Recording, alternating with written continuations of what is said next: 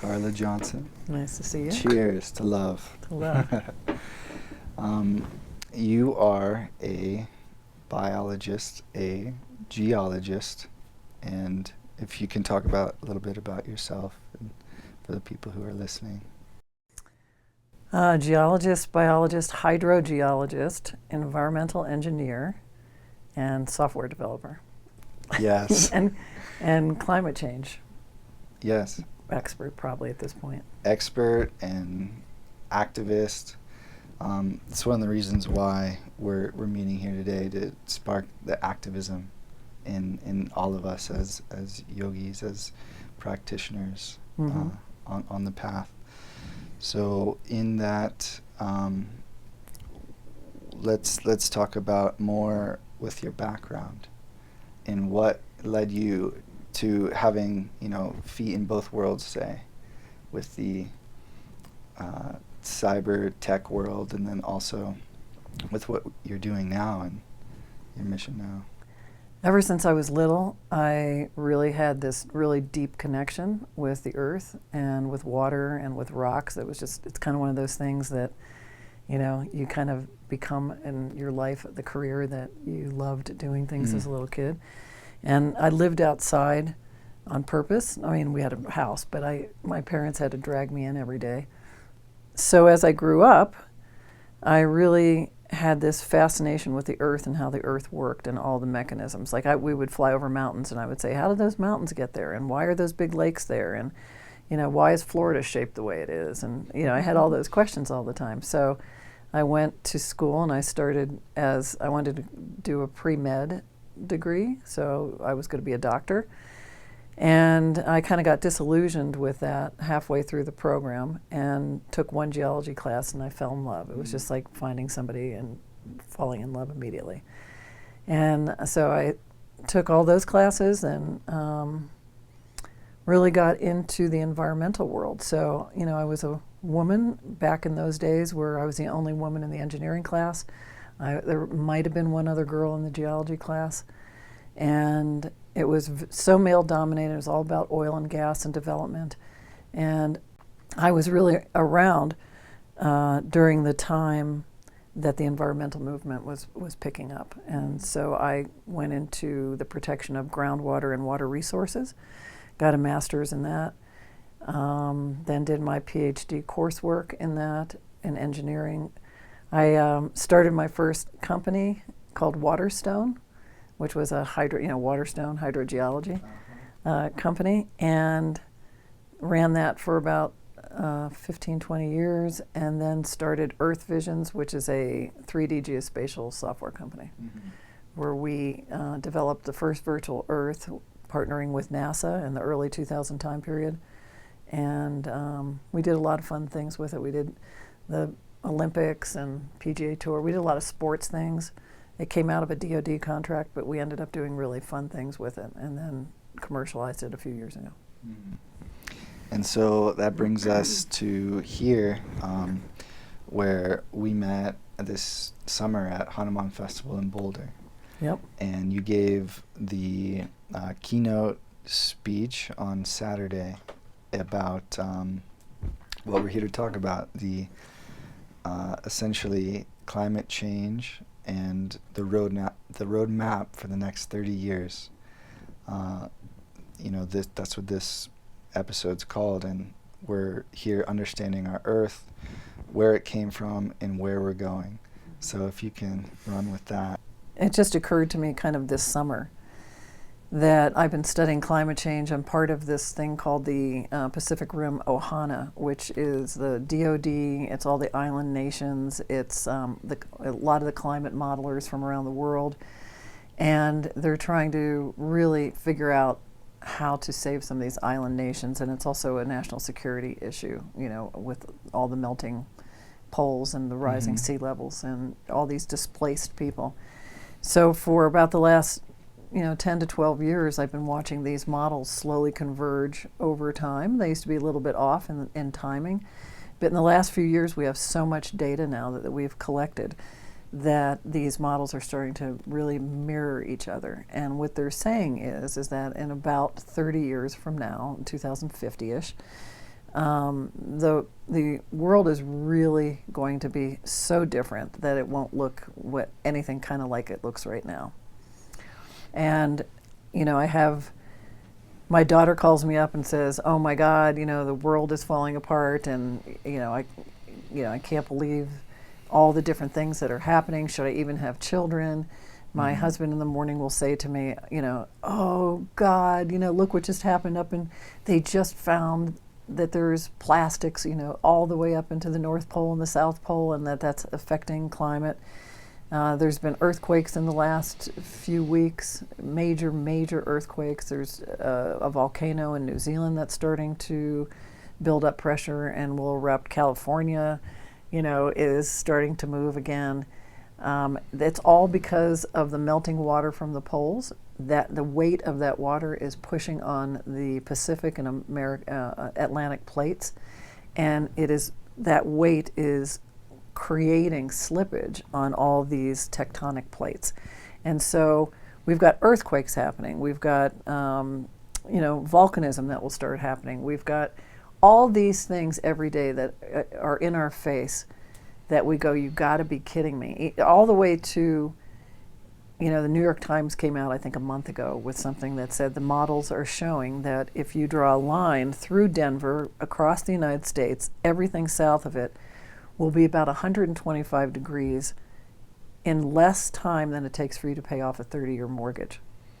So if you're a young person buying a house right now, I bought my house 30 years ago and paid off that mortgage. It wasn't that long ago. But if you are doing that, before you can even pay that off, the southern part of the United States will be 125 degrees. What that means is all the infrastructure won't work, roads melt, tires melt, planes can't take off in that environment. Trees can't live. We're already running out of water in the Colorado River. So when I say those things to you, I'm looking at your body language, but I can imagine the people who are listening also, it gets to a point where it's like, "Oh my God, this is like overwhelm. Like, what do I do with it? This is too much." And I think one of the things that the Hanuman Festival talk really helped with a little bit is to ease that feeling of hopelessness and fear and blame on whose fault was it, and shame that, God, I took a flight last week and I don't have an electric car, and the anger about how we got to this spot. How's it possible that we all grew up with Eden and every day was the same? We could expect the seasons to look the same. We could expect our backyard trees to be there. There was all this stuff, and then really I have 10 or 15 or 30 years to change this. This is all this new projected mapping that you're saying is coming out. That's why I felt such a call to have you on and share this. And the old, like from a few years ago, I sent you some data that was already irrelevant in the findings. What we have to start doing is telling the truth. That telling the truth sets you free. And knowing about the thing that's beneath your feet, this incredible body, this being that lives beneath our feet, the earth, understanding the earth's process, the earth's lifetime, what the earth is doing. And then what we have done as humanity on top of that, to understand that story, allows you to not look at climate change as something that is going to kill us all and ruin our lives, but it is calling us to adapt, to wake up, to get creative, and to start making those changes now, because in 30 years we'll be here like that. It'll be in a minute. Well, the adaptation of that time frame, if you're saying everything below Denver is going to be that hot, then obviously Denver can't support the north. I mean, even north, I'm assuming in North America and Canada, it'll be fine. But for that study from 2019, it said by 2080, maybe Denver temperature would be like Texas, like what it is now, not so extreme in those numbers.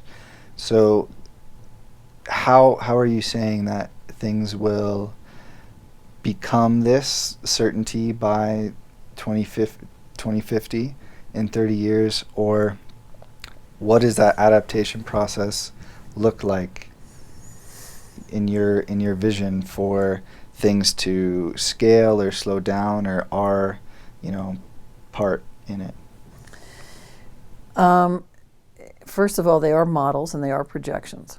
And so the fact that they're really being driven by real data and real changes, they're monitoring how much carbon's in the atmosphere, how many people are cutting down trees, how the currents in all the oceans are slowing down, how the oxygen level is slowly dropping on the Earth because we don't have enough trees to put the oxygen back up into the atmosphere.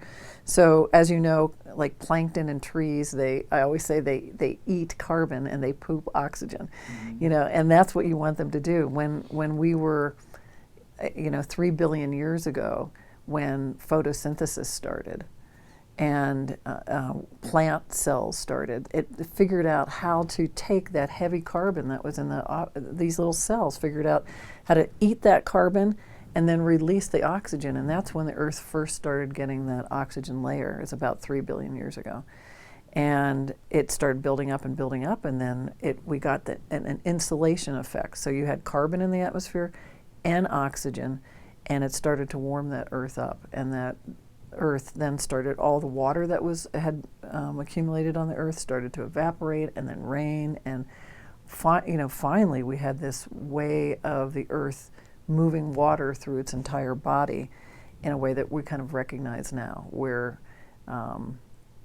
it ebbs and it flows. In fact, I say to people, we've had 17 ice ages and 17 warming periods.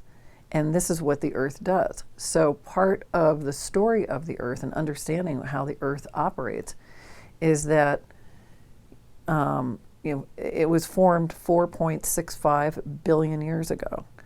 It took 1 billion years, so around 5 billion years ago, were the first signs of cell formation. Then about 4 billion years ago, between 3 and 4 billion years ago, those cells started to coalesce and start to work together. And the first single-celled plant life emerges around that time period. And then around 2 billion years ago, they start, colonizing and getting together, and plants start to develop. And about 1 billion years ago, you now have things that have been growing in the ocean, and they start to crawl out of the ocean. I mean, that's 1 billion years ago is when plant life and animal and sea life really started to emerge onto the land.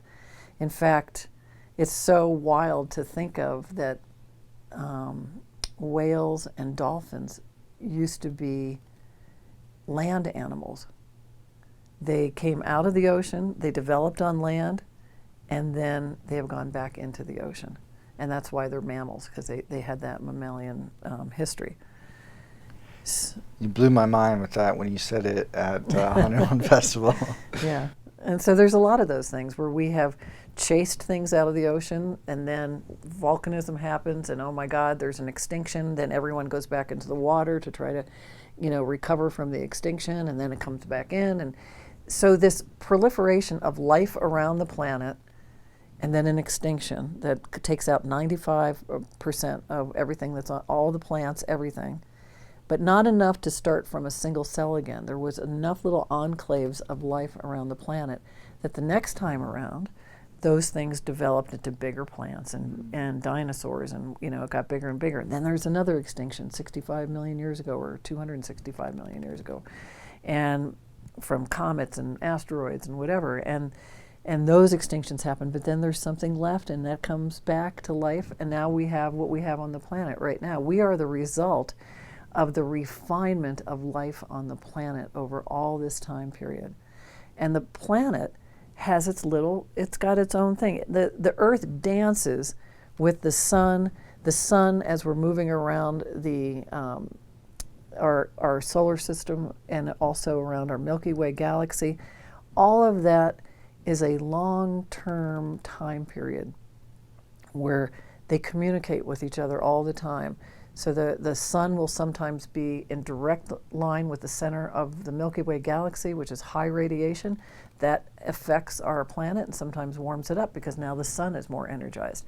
Then we go below the horizon and it starts to cool off, and all of a sudden, the sun it treats the Earth differently because of that, and now we go into a ice age. So for the last, couple million years, we have, up to 1 billion years really, we've been having all these ice ages, so much so that all the water on the Earth froze.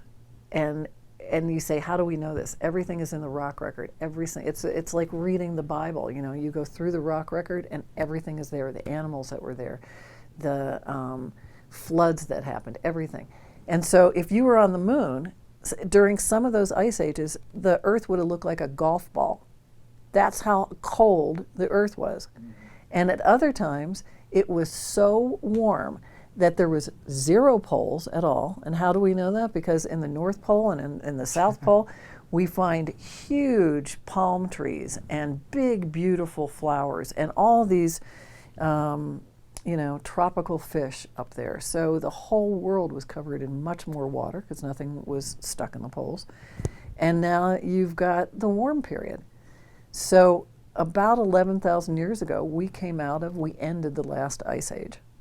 And we started the next warming period. 11,000. So the Earth would have normally started ratcheting up its temperature on its own had we not interfered, and we would have been in a warming period, and we would have had about 25 to 50,000 years to warm the planet up enough to melt the poles again. And so humans would have had all that time to slowly adapt to this new warmer climate. We would have never had this kind of short fuse. But because of the industrial age and everything that we've done to cut down forests and to put up all that carbon in the atmosphere and the things that we do, it's similar to if you wanted to, heat up tea on the stove. Let's say the Earth wanted to heat up a cup of tea.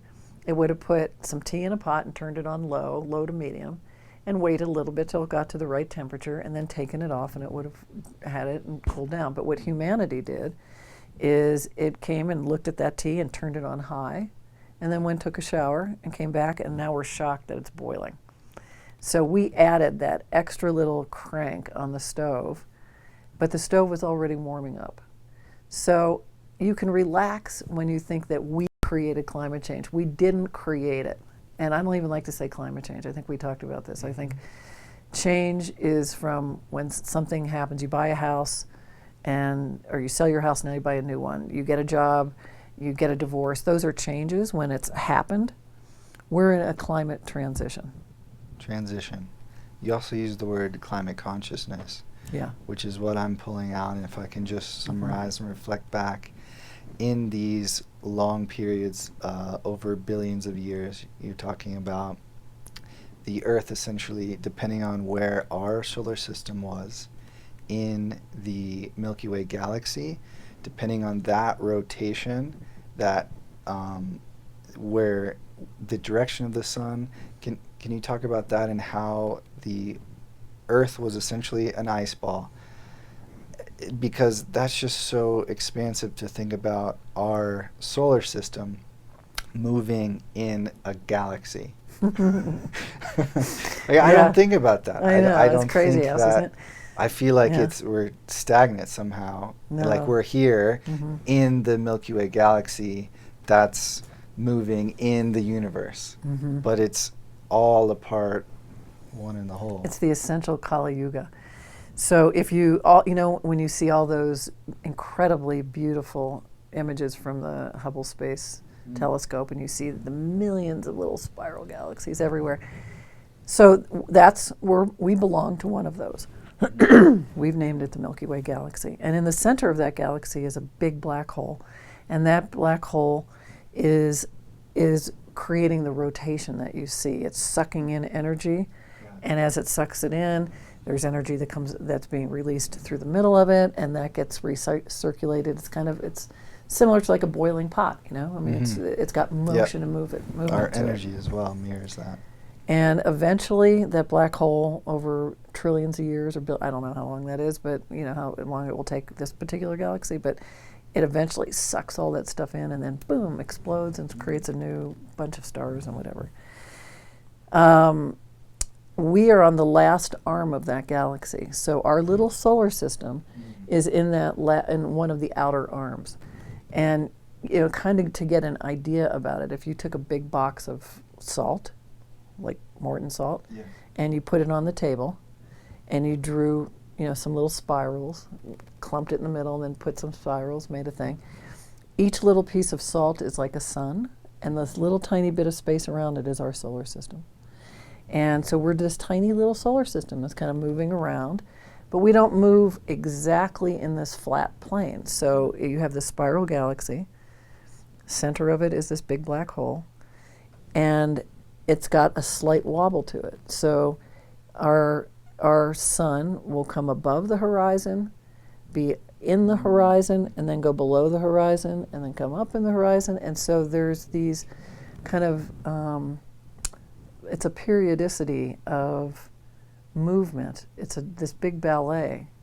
And when we're right in the line with, you know, this black hole center of the galaxy, there's different energy coming directly towards us than when we're below it and it's way up there, or we're above it, you know. So everything is different, and that's why every 500 million years or so we do a revolution. And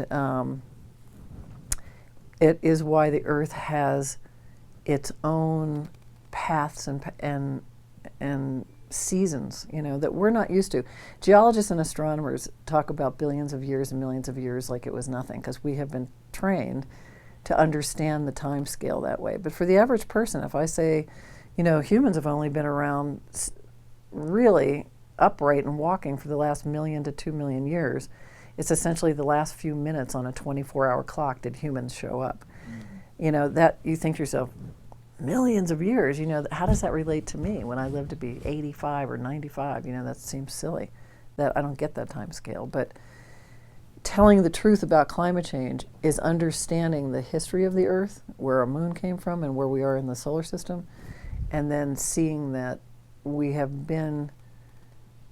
in the beginning of a warming period that's natural for the Earth and not really natural for us. Right. So this apex that we're in, normally from the last ice age, 11,000 years ago, it would take around 50,000 years for that cycle for the Earth to heat up. Mm-hmm. And where we're at in our consciousness, in what we're building and creating, has escalated that time period of 50,000 years to shorter. Mm-hmm. To around 25,000, you're saying? Or essentially for all the water to melt. And yeah, we probably took literally, and I'm making this up because I can't tell you exactly, but we probably took a 10 to 15,000 year process and smushed it into 200 years. Right. Because of what we have done to the atmosphere. The Industrial Revolution started when? In early 1900s? Yeah, about. And yeah. so, yeah, we're in 2022. And so that would be, 122 years or so. So what you're saying in this prediction, by 2050, our influence into the carbon, the whole atmosphere. Deforestation, everything. Yeah, yep. Everything. Essentially, and that's the consciousness that we're trying to get out. Not that we don't know what's happening. The powerlessness of, like, our actions are futile. That we've started something that we can't finish. You know, we can't put an end to. So we know the future somewhat in the Earth with what you're sharing with us, the history of this. Mm-hmm. We know to somewhat that it's what we're doing is affecting that pattern, mm-hmm. that change. And so what I want to bring up is these two questions that we can take into our practice as beings on a path of activism and change as yogis. And those two questions you mentioned to me before about that we can ask ourselves. Yeah. I want to make sure that you and your audience understand that even though the Earth is going through a warming period on its own, and even though humanity has exacerbated that, there's a huge amount of opportunity and optimism that we have. And that's the consciousness about climate transition. We're in a climate transition phase. And when we bring consciousness to the fact that we can ease our way into this, we can relax into that we are part of the Earth's process. We're making the Earth hotter, but the Earth will get rid of us at some point and then go back to its normal thing that it wants to do. But we can do a couple things. We can, first of all, relax and not carry the heaviness of what's happening. Because as all the people are afraid of this climate crisis that we seem to be in, that is not helping humanity survive through this, is to be in fear. The biggest thing to do is to understand that we have opportunities for invention. We have 30 years to change our habits. We have, there are, as the ice melts on the poles, like the South Pole, Antarctica, we can see through the ice. We have technologies with satellites that can see through the ice. It is one of the most beautiful continents, a huge continent, bigger than almost any other continent, that looks like New Zealand on steroids. Mm-hmm. So as the water melts, there's going to be the revealing of other things that we haven't seen before. And, there'll be growth of plants in areas that we haven't seen before. So it's not like this, everything is going to die and dry up and blow away. But we need to make sure that as much as we possibly can, we are reducing our carbon footprint, we are planting trees, we're doing all the things that we can to try to lower the temperature on the stove.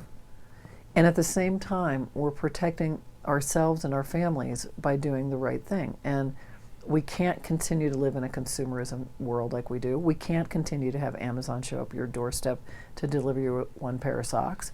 We can't get in our cars and fly and do anything we want whenever we want.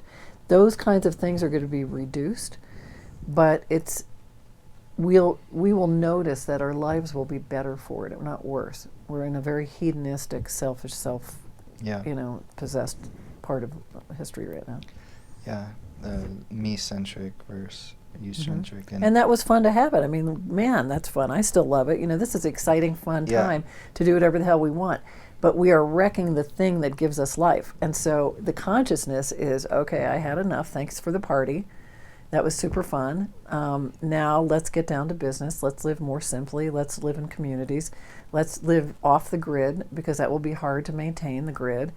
Let's find security and healthcare and other things from living and sharing in community. So all the agriculture that's being shared, instead of thinking that you're going to eat an avocado from Mexico or Panama. And, where's my avocado? You might not have avocados. Right. But with climate change, maybe you will. in Denver. Yeah. So I'm just taking a pause to call that in. Being the change we want to see. So we can just ignore the truth as the numbers are changing and things are showing up more in our face, these ecological disasters. Ignore the truth? What do you mean? By thinking about the older models, what I'm saying. I'm getting to my point here. Okay. So, or what we can do is be agents of change and wake up daily and ask ourselves, what's the world that we want to live in? I see. What is that? And so we can't just propose that as a dream future. We have to take that on as sole individuals and choose that for ourselves. And I know for me, one thing I heard that I've been taking on is when I'm at a restaurant, you know, and I want to get a drink while I'm waiting for food or something, and it's just I don't take a plastic cup, you know, like for water, whatever it is, like just daily choosing something where, do you have a glass that's I can use to drink this, you know, just find one thing in your life that can go towards reducing the carbon footprint where you're not consuming as much. I think that is why I'm writing this book, because I do feel like unless you have a clear action list of what you can do that makes the most impact, we don't really know what we're doing. We don't really know to ask for that glass. And we would want to. You know, people would say, okay, I want to do that, but they don't, it's not part of their consciousness. And so if you get enough people who are thinking positively about the future and saying, you know what, my soul is here right now because I am shuttling humanity to the next phase. I'm here because I am going to help keep humanity alive. I'm not going to be the ones who are like, screw it, you know, I'm just going to drive what I want, and I'm going to eat what I want, and let somebody else figure it out, or ETs are going to come down and figure it out, or Jesus is going to come figure it out. Yeah, I mean, we are Jesus. We are the people who came down, we incarnated right now because we knew we were taking this society into its next phase. And to do that requires us to be conscious about it, but not just conscious about like, ooh, I have to, like, you know, I can't do this, I can't do that. It's conscious with love. Like, you show up and you're like, I'm going to take care of this planet, and we're going to do this. We're doing it as a group, and it's going to be great. And I'm going to live in a different kind of world, but it's going to be a world that's better than it is now because it will be healthy and sustainable, and we're actually going to, you know, we're going to live in communities where we have such a high degree of consciousness that we're going to start being able to create plants and help them grow by just thinking and loving them. There will be all these technologies and parts of ourselves that exist, but we're not using them, that is about tapping into the right thing through your heart. And it sounds maybe goofy to some, but it's been proven millions of times in labs around the world that you can change the world in that state of coherence and heart-centered consciousness. Right. We're talking about awareness. We're talking about using our spirit, our energy body, all of ourselves to talk to water lovingly. That changes the molecules, the plants. So what now? Where do we go from here? Yeah. I love this conversation, or this piece about self, like not outsourcing it. I know a lot of people like just say, okay, the corporations need to do this, need to do that, but we are the only things we can control at the end of the day, unless we're at the head of certain things. Whoever you are, you can be an agent of change in your life and your life only. So I think this is another point I thought about is all of these methods and modalities where people are looking to control climate transition. Thank you. That's cool. Great. You got it. And so in looking at it through Ayurveda as a living organism, the earth, in treating it, we're not attacking the problem. We're not, in Ayurveda, you don't go to the disease. You don't go to the, congestion or what's up. You create, you detox, and you cleanse. And so how will we start doing that? By reducing the toxins that we're putting into the earth. Yeah, number one, I mean, that, the way that you live internally will start to be reflected externally. A lot of us have a contrasting lifestyle, so we feel a certain way inside. We have a reverence for the earth. We love our plants. We pick our food. We bless our food sometimes when we eat it. We filter our water, and then we go out into the world and we buy bottled water and toss it away, plastic, or we buy lots of clothes online and then just throw those away after a while. So there's all those plastics that are in the oceans.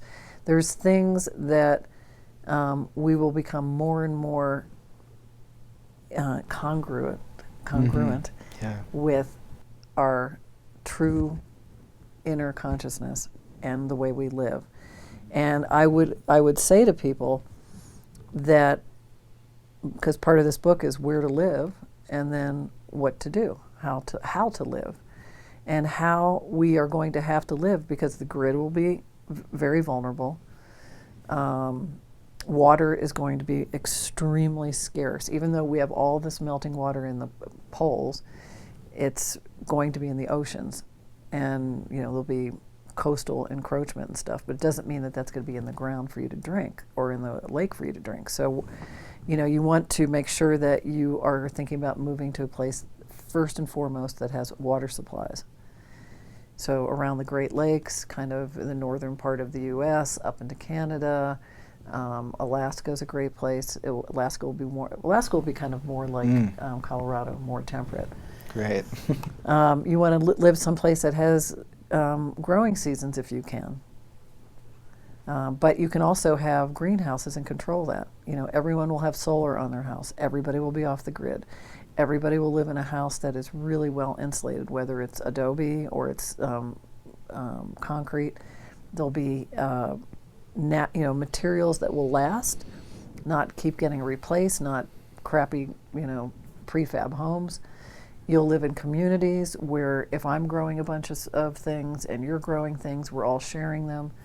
I'm going to tell people how to, dig wells and find water. And all of a sudden, that kind of part of life is taken care of, and you're in a community sharing it.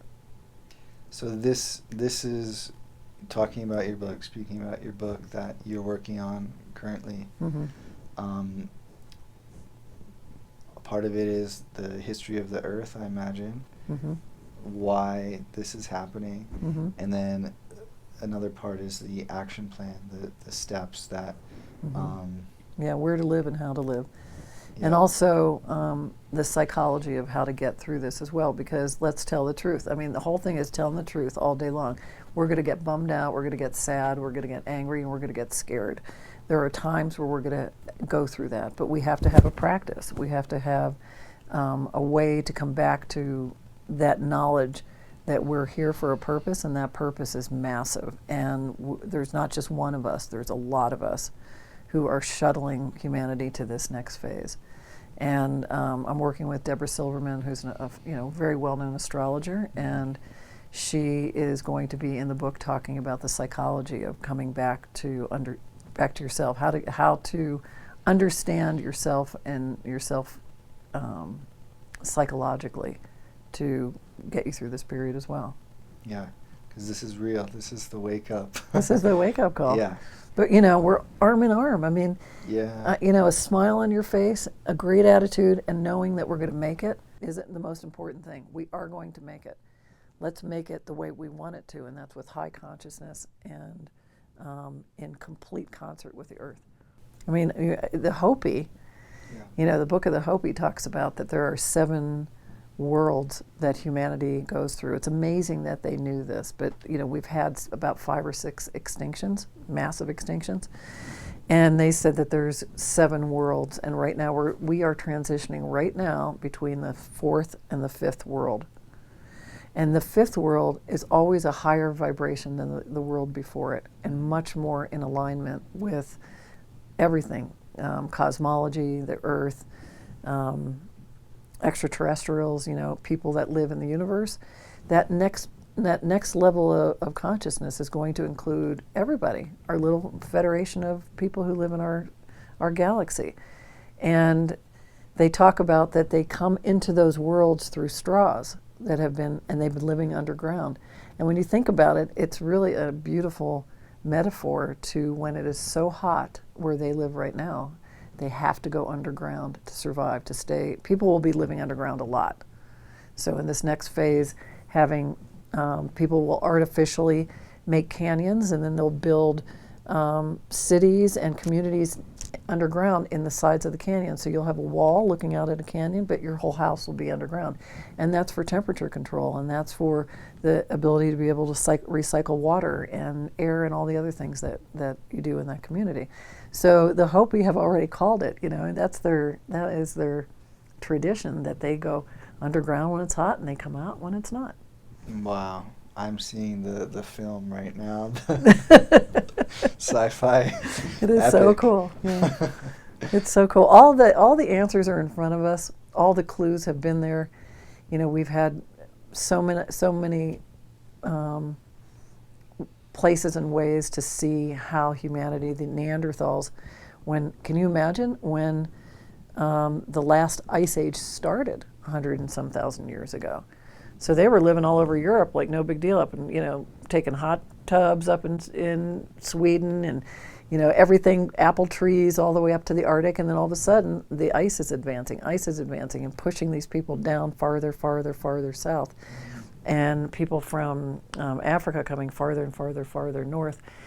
And then there's the land bridges and mixing that starts to happen, and it's because the poles and these cold ice ages and the warm periods, we move with that, we breathe with that. It's an in and out, and we are part of that. We're not responsible for making it go away, and we're not responsible for making it happen.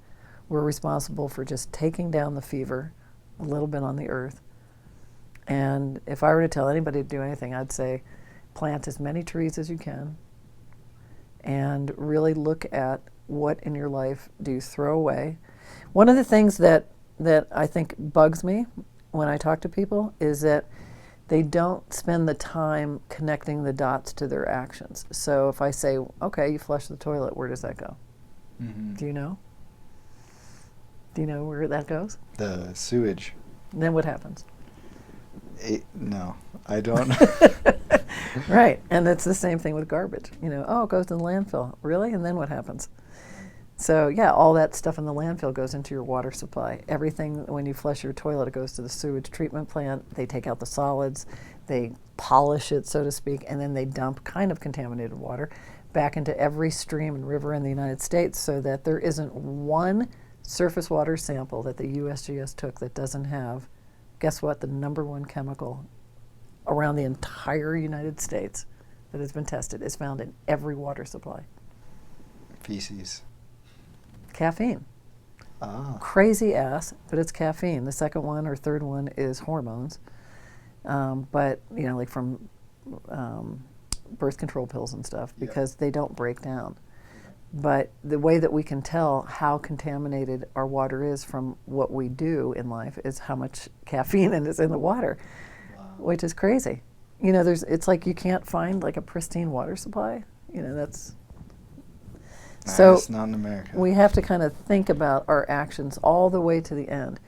One of those things is the electric car. And people go, yeah, we need it, and the government is like, we're going to be electric in 2030, we're going to have all these agendas. That's fantastic. And then we just have to make sure that our carbon footprint, with all the mining for nickel, magnesium, lithium, everything, because those are mines that don't exist right now. We're going to have 1 million of them. And the manufacturing of all that, and then the replacement of all that, and when a panel's gone, do you just throw it in a garbage dump, or how do you do it? We'd have to think around the whole cycle. Yeah. So part of consciousness is looking at your life through the whole life cycle of what you're doing, and just understanding it. So you don't necessarily have to change. I mean, you're not going to change how you flush the toilet. That's what happens in your community. But you should know about it, because it is something that when you go somewhere else and start a community, you're going to have to be aware of it. So starting community, you're going to, in the book you're writing, you're going to place where ideal locations are to live. Do you want to give us a sneak preview? Yeah, sneak preview outside of America, or where you're talking about Alaska being, like, say 2050, the peak of what the graphs are showing, models. where are these places? Because I feel like that now, just innately wanting to transition and move. I kind of already talked a little bit about it, where it would be like the northern part of the U.S. and the border to Canada and up into Canada. I mean, they'll have different problems, as it gets warmer, mosquitoes get bigger, ticks get more things. So there's no place that it will be this isolated perfection place, really. But, right now people live in, the Sahara Desert, in the middle of, they live in Yucca Valley. I mean, it's a total desert with no trees and very little water. So I will be talking about places that are similar to how it is now, where you can move, that don't look like it, that are actually cold and dark a lot of the years. But it's not like the light's going to change. The light will always stay the same, by the way, just FYI. So, if you're in Toronto and in the summer you have 18 hours of sunlight, and in the winter you have 8. It's still going to do that. It's just that the temperatures will be warmer. I guess what was actually behind my question is that the thinking about the future or preparing for the future in this time is actually irrelevant. It's a escapist way of thinking when you're thinking that far out. But now, the present moment is what we can choose to, going back to this guidebook that you're offering. This is essentially information you're putting out for the immediate future. Yeah, and I wouldn't say it's, 30 years from now isn't really escapist thinking. It's, again, we are creating communities for people to come to understand how to do it. So when you really understand and you start taking action now, it's a ripple effect that people who haven't seen this podcast or don't understand these conditions, you're now kind of a beacon of light that goes, oh, that guy did it. Mm-hmm. Oh, he knows how to do it. Yeah. I didn't research everything like Gordon did.